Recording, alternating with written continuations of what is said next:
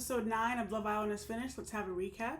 So Tommy and Shay have their little argument, whatever. Tommy goes right to where Megan is sitting and like Harry and Dijon, who he doesn't have anything to say to them. I'm like, why are you not going at them? They were the ones who enabled Shay to kiss Megan. They were all part of that challenge little thing they were trying to do, but he has nothing to say to them. Interesting.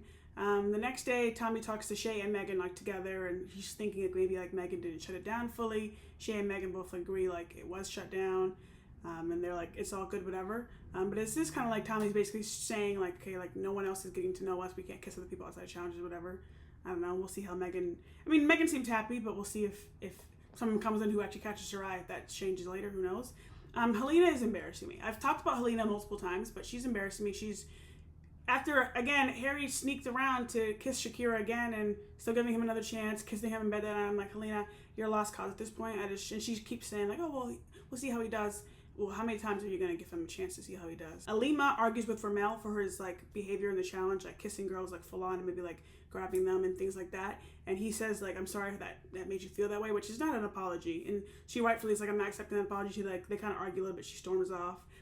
They do make up the next day and kiss and that. And I gotta say, well, I was really happy that she told him off. I was like, go on, Alima, like great. But I also was like, I smiled a little bit when they kiss because they have like a good chemistry. So we'll see how Ramel does, but I just want Alima to be happy. Tony and Connor talk and officially end it. Connor hasn't like pulled Tony. Like he basically knows he wants to be with Emily, but he hasn't actually pulled her. Tony does it, and it's officially over. He stays in the hideaway with Emily that night. Alicia and Meg chat and kind of have Dijon's kind of confusing them a little bit still, and they just want to basically have like make sure he's staying transparent, whatever.